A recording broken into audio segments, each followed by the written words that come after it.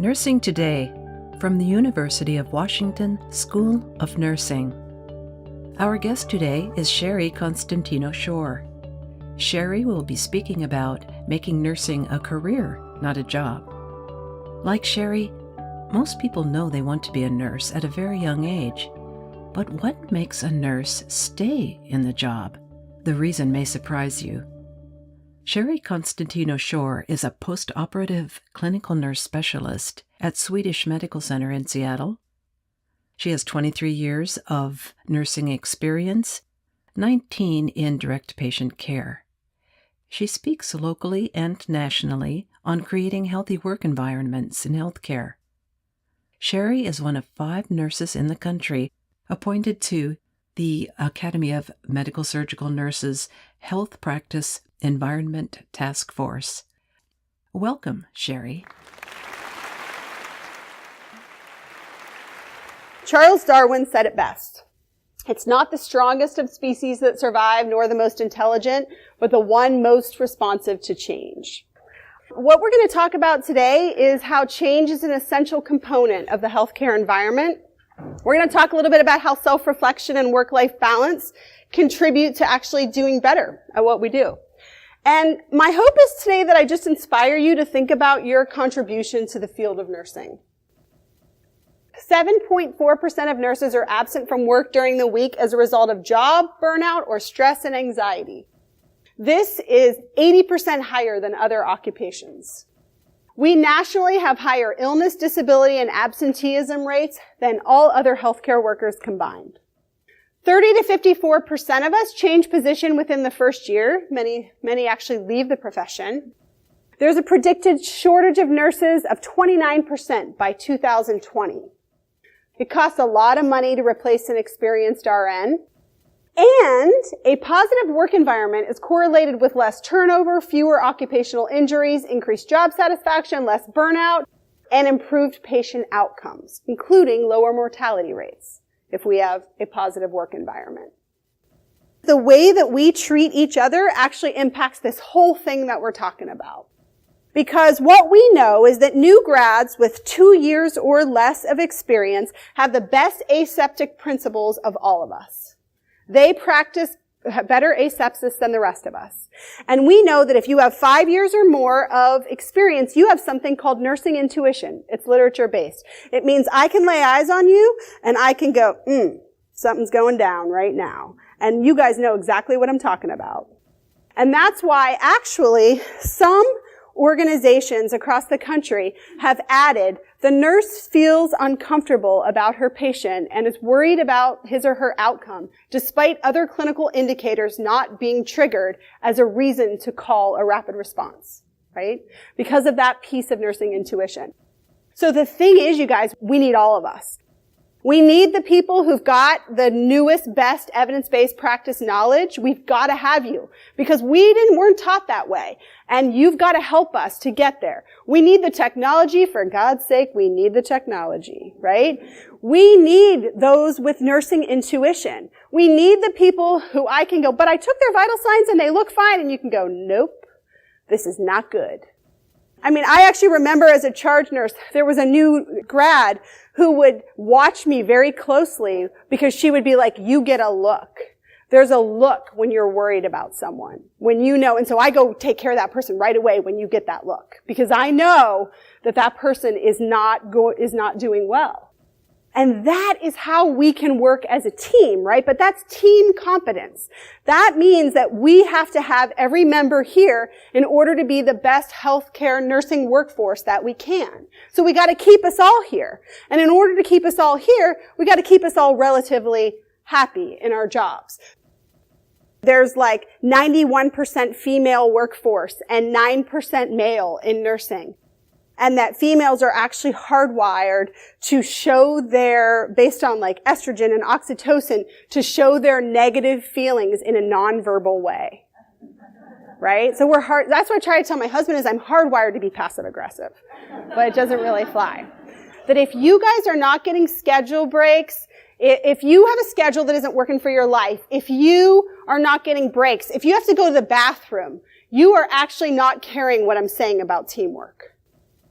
I think teamwork is really important. And the most important thing, and the reason that I've actually stayed in my job right now for almost 3 years, which is, I think 4 years is the longest I've ever stayed in a nursing job. And that's because I have control over practice. Because I can feel passionately about something and I can make a change.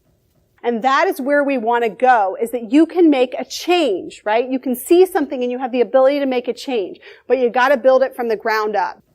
So you've got to talk to leaders or managers to get what you need so that you can practice evidence-based. So I want to take a brief moment here and talk about team building. This past summer, my family went to Kauai. We had the opportunity, it was like, this big dream that we were all going to go to Kauai before all the kids go away to college.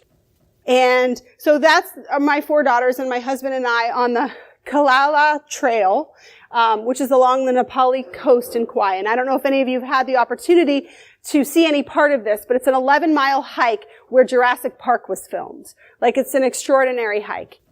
And it's something that's really, really hard. I read about this in the guidebooks, and I was kind of nervous to take my family there, but we're a team, right? The 4 girls, and everybody has their role. We have the photographer, and we have the taskmaster, and we have the foodie, and we have the adventurer, the thrill seeker. We're all there. Everybody's got their role. And I'm the worrier. I bring that. Having worked in a level 1 trauma center and reading the books ahead of time about how you can die with a rock hitting you, die off the trail, leptospirosis from the waterfall. And I also brought like a full gallon, like, when you go to Safeway and they give you can buy like a gallon of water in like that plastic jug. Like in the morning before we left, I put that in my backpack along with everything else we had because I was like, we're going to run out of water. And we ran out of water. And like my family rolled their eyes when they saw me put that big giant thing. But like, there's the nurse, right? Showing up, thinking of everybody with the big water jug on our back. But there's a couple parts where you actually have to cross the stream. And some of them are really rushing waters, and it's pretty dangerous. My husband fell in at one point in a pretty rushing rapid. And what I noticed that really impacted me is like how he stopped being a team player after that. Like he got injured, he got hurt, and he went inward. And so then the rest of the team had to pick up the slack for the fact that he couldn't show up in the way that he normally does. And it really got me thinking about nursing and how in my own career when maybe I've been injured or, I've been going through something really hard in my personal life or that I'm not showing up in the way that I need to at work and how you both have to have compassion and sensitivity for that, but you also kind of have to be like, yeah, but we still got to get through this hike and we got to survive. So you got to keep coming along with us, And why do we do that? Like why do we put ourselves through that? Well, it's because of this. It's because things are really beautiful. If we can work together as a team, if we can get to that journey where we want to go, it's really beautiful. But it's a lot of work and it requires each of us to be really present. How do we get to the next step? Well, why do nurses stay? Nurses stay because of this control over practice. Because they stay because they like the people they work with. They stay because they like their boss. They stay because they like the patients. Those are the reasons, right? It's actually not salary in the top 5, believe it or not. But right now, it's actually because you can make an impact and you can make a difference. So nursing control over practice also, interestingly enough, has a statistically significant relationship with effective teamwork. So if you feel like you have power, you guys, this is not rocket science. If you feel like you have power and can make a change and you feel heard and you feel, seen and heard like our patients want to, then you actually feel more like working as a team. You feel more like helping one another. I just want you to think about this for yourself. How do you do this? How could you do this? Are there shared governance committees? Are there things that you can do that will enable you to have your voice heard? National statistics, of which healthcare, shockingly, every time I see one of those NDNQI surveys on engagement, doesn't matter what organization you work at, it is shocking that these statistics are the same nationally for other organizations as they are for us around engagement. And what they say is that 30%, 3 out of 10 nurses are highly engaged. highly engaged, really working, trying to get more, trying to make change. And then they say that 5 out of 10, so the next 5 are disengaged, which I think could be also termed as underengaged. Just like kind of going along with the flow, maybe not there in their life where they want to be doing that. And that 2 people are actively disengaged, which means trying to sink the boat. The 3 people in the front, I just want you to think about where you are. The 3 people in the front, we don't want you to burn out. We don't want you to burn out and give up and say you can't do this anymore because you're the only one who cares.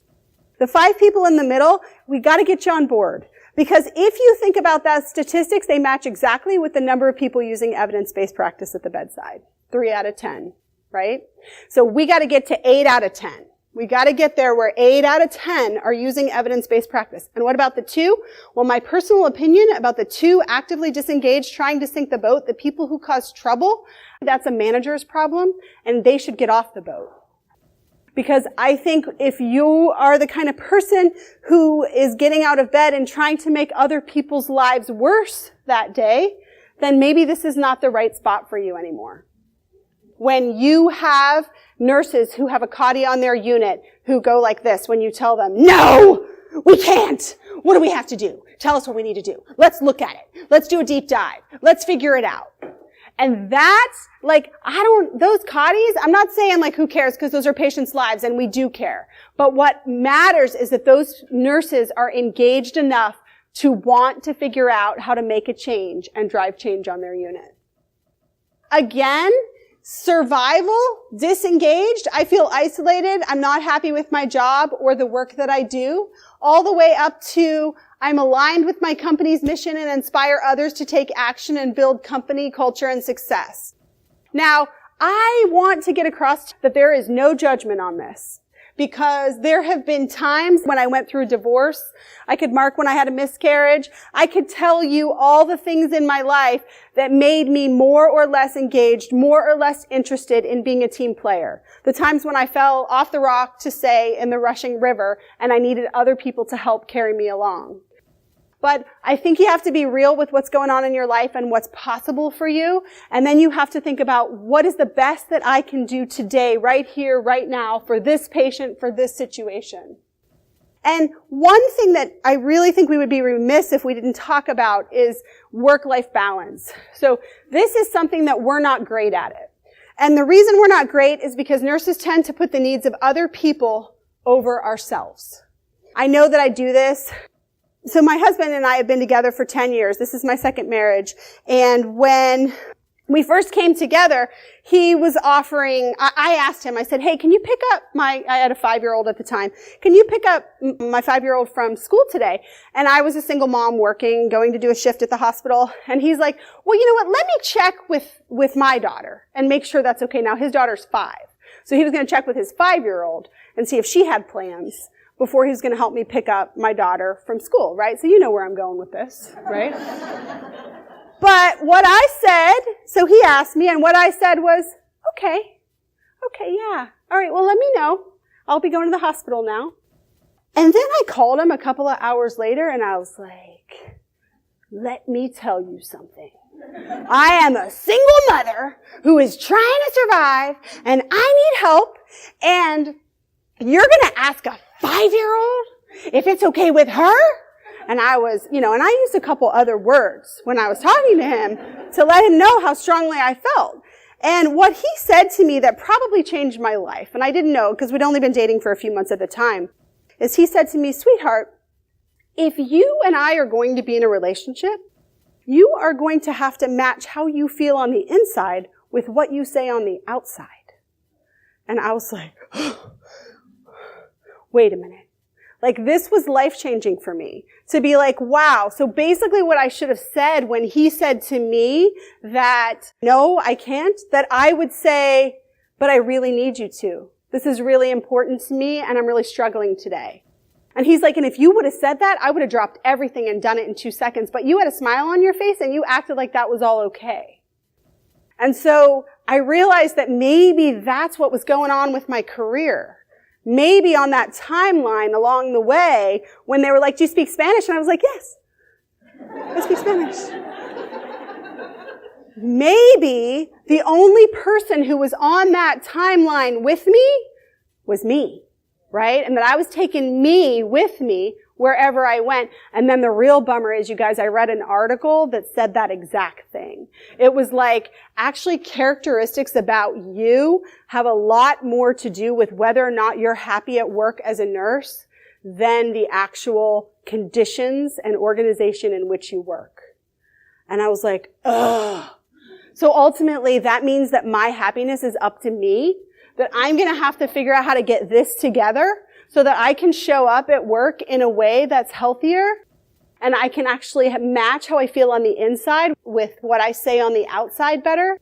And I'm not saying that I've mastered that. I'm not standing up here being like, and so now I have figured it out. No, that is not happening. What is happening is that I am continually trying to do that. I'm continually reminding myself that if I don't do that, I'm going to blow up.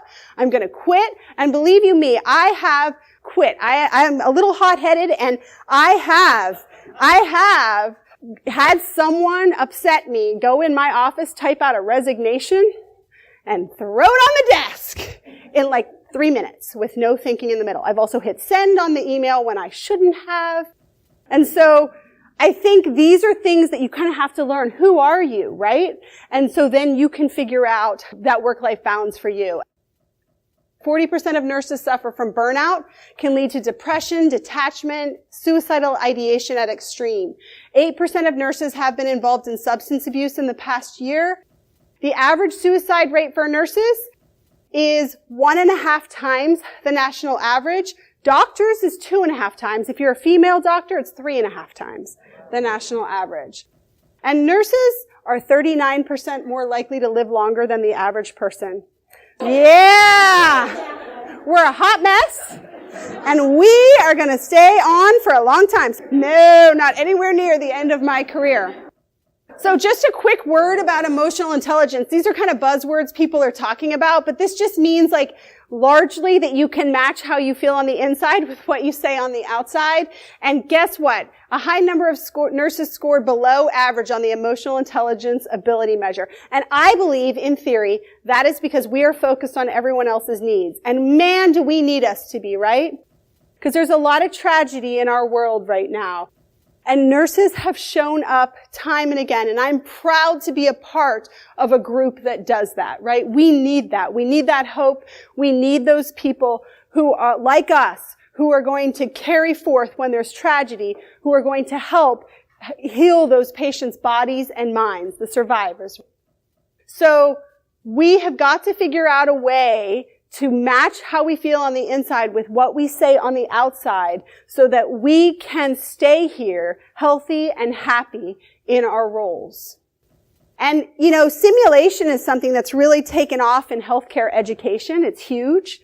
And it's all about reflection. The thing about simulation that I understand is the theory behind it is that you are practicing and then you are home 2 weeks later thinking about what happened and how you could have done that differently. And that's why it's so effective. I believe that we could be doing this with ourselves, right? That we could be doing this about our own practice and our own responses to things and the way that we could be doing it better. But what we need is we need people to feel comfortable speaking up. And one word I want to say about that is if a new nurse speaks up and questions a practice, an evidence-based practice, or tries to add something to the conversation, and someone shuts him or her down, that person is less likely to ask a question in the future or request a change, right, in practice. And so when we do that, both overtly and covertly, right, we can do it without saying a word. When we do that, then our patients are suffering as a result of that. When nurses feel belittled or devalued by those that they perceive have more power in our hierarchical system, it presents a major barrier. It prevents nurses from discussing their thoughts and ideas and impedes the dissemination of important knowledge. So we all have a responsibility to make sure that we are all seen and heard. So I just want you to think for a moment about what type of plant you are. What kind of sunlight do you need? What kind of water? What conditions? What's going to make you grow? So the Institute of Medicine put out that report in 2010 and said nurses need to engage in lifelong learning. So is it continuing education? Here you are today, right? That's huge. Adopting evidence-based practices. Is it working on your culture of safety? Is it your own emotional intelligence and self-compassion? Are you ready for higher education? Are you ready to go to that place where you're challenged more? Publication, certification. This is where I make a plug for certification because I have seen time again in my own career of mentoring nurses that certification is often a launching point for different thought, for opening that peripheral vision. But like once I got certified, then I was like, wow, I am getting it. Is there a policy on this? Like before that, I didn't even care if there was a policy on it. And then I started to understand that this was something that I could use to incorporate into my practice. There's so many benefits. So I just want to say that, there's a med-surg nursing certification course through UW that's phenomenal that begins in January. This is a phenomenal way to improve nursing satisfaction and begin to reach that point of nursing control over practice. So I want to make that plug for that. And then I want you just to think about what you value. There's this list of values in your handout. And if you want to do this homework, I'm just going to give it to you for you to do. And I actually did it with my whole family, and it was really an incredible exercise. And what you do, here are the instructions for it. You go through and you circle all the values that you think resonate with you. So you just kind of go through anything that really speaks to you. And then you narrow that list down to 10. And then you narrow that list of 10 down to 5. So your ultimate goal is that you end up with 5 values, and then you put those in order of the thing you value the most to number 5, okay? So when you have that list, you have to ask yourself, when you first circle, just brainstorm and don't worry about it. But when you start narrowing it down, how you narrow it down is you think to yourself, is this a value that I have used to make a decision in the last month? Okay, have I made a decision that shows that this value is important to me in the last month? So you get to that place where you go to your 5 and you put them in order, and it is extraordinary. The most important thing though, you guys, no judgment. So for example, in the workshop that I attended, there was a mom, and she had not circled family in any of her top 10 values. And she was really beating herself up. And the facilitator of the course said, you know what? It is not about whether or not you circle the thing that you think should be your top value. It's who you are. And let me tell you something. If you pay attention to those top 5 values and you make decisions in your life, in your career, in your personal life based on those values, you will be the best person you can for your family. So you will be the kind of mother you want to be. You might not be a stay-at-home mom because maybe a career is circled, right? Maybe something like that. But what that is being true to who you are. And if you're true to who you are, then you will show up as the best version of yourself, both at work and at home. So the reason I tell you to do this exercise is because you can learn a lot about yourself. And you can also learn a lot about the people that you care about. For example, my 16-year-old's top value was independence.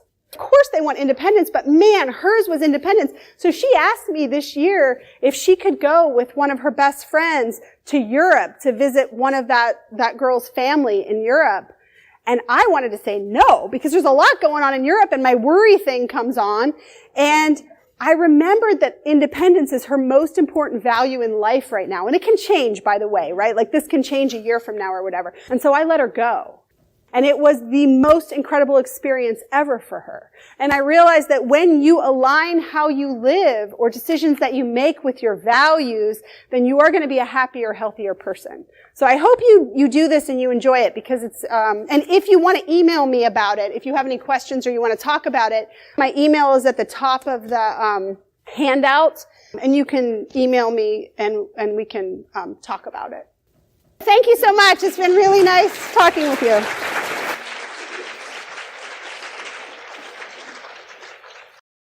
Our guest today has been Sherry Constantino-Shor, speaking about how to make nursing a career, not a job. This podcast was recorded at the annual Update in Medical Surgical Nursing, held each fall in Seattle at the University of Washington. If you are interested in learning about medical surgical nursing or the certification program that Sherry mentioned in her talk, please visit uwcne.org/medsurgnursing. The values handout that Sherry mentioned in her presentation is available when you register for contact hours for this podcast at uwcne.org/nursingtoday. Nursing Today is produced by University of Washington School of Nursing, continuing nursing education. Thank you for listening.